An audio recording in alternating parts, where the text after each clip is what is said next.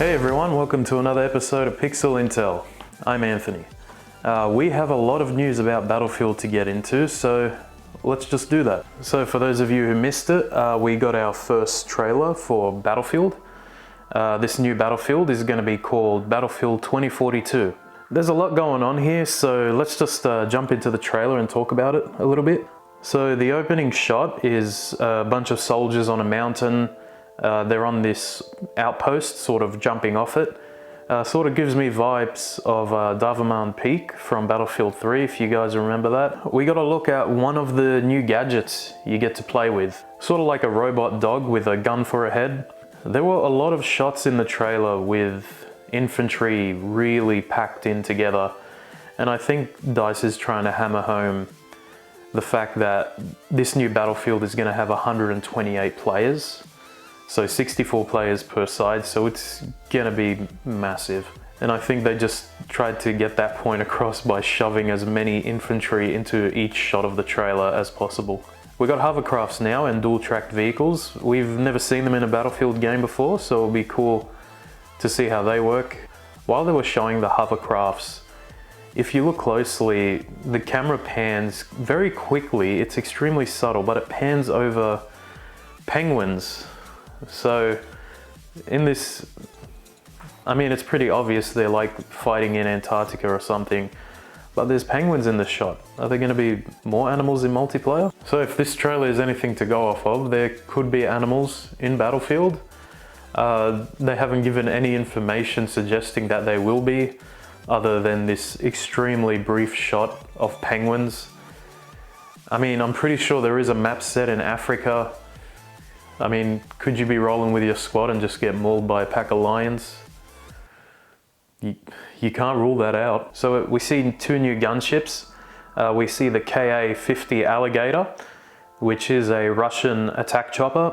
And we also see the Apache, which has been in a Battlefield game before. For any of you OGs out there that played Battlefield 2 Special Forces, you would know.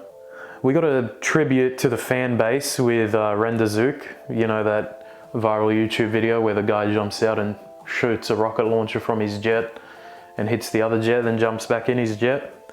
So that was literally play-by-play in the trailer itself, but also showing that it's clear that they are trying to get the fan base back on board with Battlefield. DICE is trying to appeal to all the fans that they made back in the Battlefield 3 and Bad Company 2 days, trying to get them to come back. You know, a lot of them left after Battlefield 4, so it's clear DICE is trying to build that bridge again. So going off that shot where the guy jumps out of his jet, it looks like there won't be pilot classes or driver classes anymore like we saw in Battlefield 1 and Battlefield 5, where if you spawned in a plane or a tank, you would spawn only with like a pistol or an SMG, and that was sort of just to get you dedicated to your role as a pilot or a tank driver.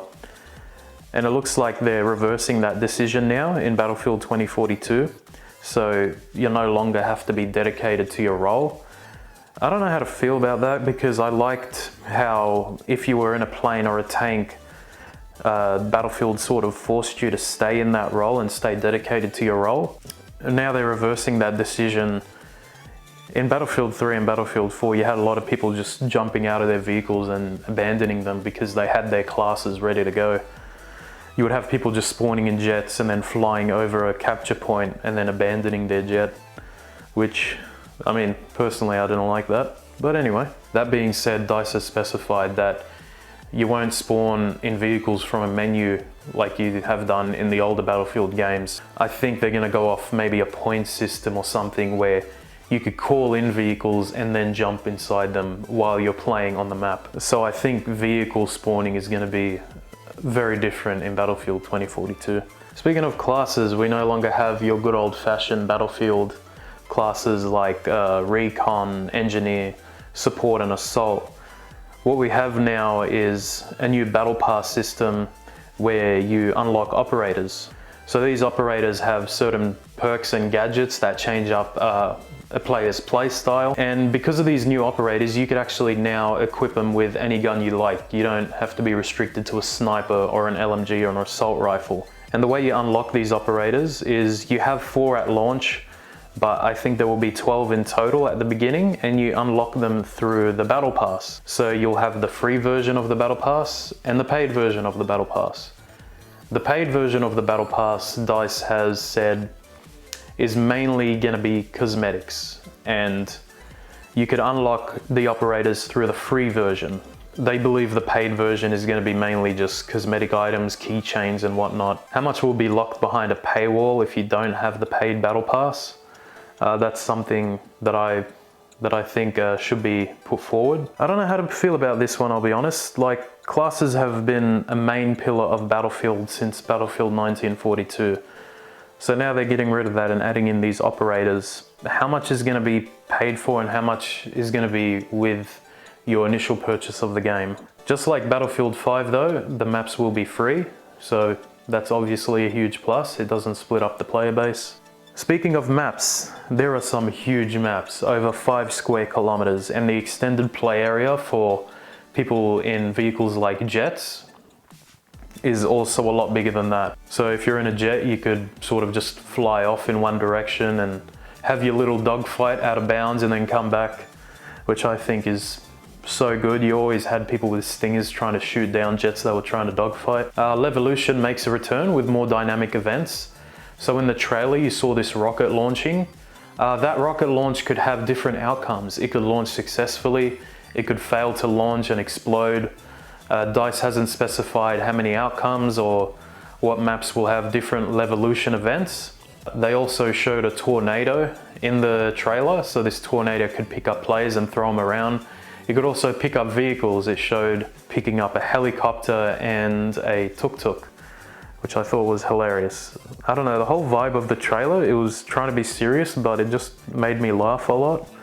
So I don't know what exactly they were what mood they were trying to hit in this trailer, but that's what I was feeling. I was laughing quite a bit.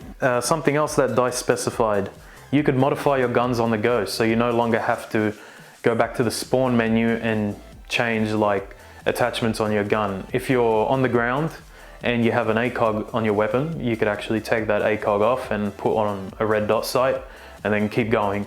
So say, you know, there's an enemy that's quite far away and you've got, you know, iron sights, you could, you know, slap on a scope and try to hit that enemy. My favorite addition to Battlefield 2042 would have to be the inclusion of bots. So DICE said you could team up with your friends and play against bots. You don't have to play against human players. Bots can fill up slots in servers. And now with servers being allowed to host 128 people, if you live in Australia like me, sometimes servers won't get filled up because there's just not enough people. So now we've got things like bots where they could fill up those slots and you could play against a mixture of human players and bots, or you could just play against bots in practice, which I think is just great news. I'm always getting destroyed by human players. I would love to sometimes just decompress and play against bots because I'm not as good as I used to be. And I feel like more games should be putting bots in their games. So that's probably my favorite addition to the new Battlefield. 2042 is an interesting name. Are they referencing 2142? Which is a game that came out a while back, which was set in the future, Battlefield 2142. Can we see Battlefield 2143 after this game? I hope so. I feel like, so the whole Battlefield 2042 premise is that the climate change is sort of destroying the world and people are fighting for resources. And that's definitely a precursor to what 2142 was about. 2142 was about the coming of the next ice age and how nations were banding together and fighting each other for control of these resources. So I don't know, there has to be some sort of link there. Maybe in another 5 years time we could have Battlefield 2143. Please, DICE. Battlefield 2142 will not have a campaign. The story of the world will be told in things like map releases and content updates. There'll be 3 editions to Battlefield 2042. If you get the limited edition or the ultimate edition, you could get the paid version of the Battle Pass. So yeah, there's my mixed opinion on the game. I like the features that they're adding to this new Battlefield, but the exclusion of classes and this replacement with the Battle Pass has me a bit concerned about how the next Battlefield monetary system will play out. How much are we going to have to pay after already purchasing the game? So yeah, I don't know, we'll have to wait and see. Apparently next week they're going to reveal more details and they'll show some proper gameplay. There's been this trailer circulating around for a game called Palworld, and it's a bit how's it going, I'm not gonna lie. So the trailer starts off and it looks a lot like a Pokemon ripoff. So you have these animals and they're sort of helping you build these houses and helping you achieve these goals, and you're sort of riding them around. And you'll think to yourself, oh, you know, this is just, you know, an open world Pokemon sort of game. And then it gets a bit darker. These creatures that are called pals, you see them working in sweatshops. You see them under forced labor. You see them getting gunned down. You see players using them as body shields. Yeah, just a bit strange, something that I just wanted to highlight. So Palworld is an open world multiplayer survival game. That's what the developers are calling it. It comes out sometime next year and will be available on Steam. So if that's something that interests you, I have questions, but there you go. Yeah, Palworld comes out next year. Get it if you like that stuff. Ubisoft revealed their new Rainbow Six Siege spin-off game called Rainbow Six Extraction. So it's going to be a separate game to Siege, but it will have Siege operators in it. We'll be getting more info about the game next week, but as I've reported in an earlier episode, there was leaked footage about the game. The basic premise of the game is you have to extract operators and get them to a safe zone, and you have the decision between saving more operators or calling for like an evacuation.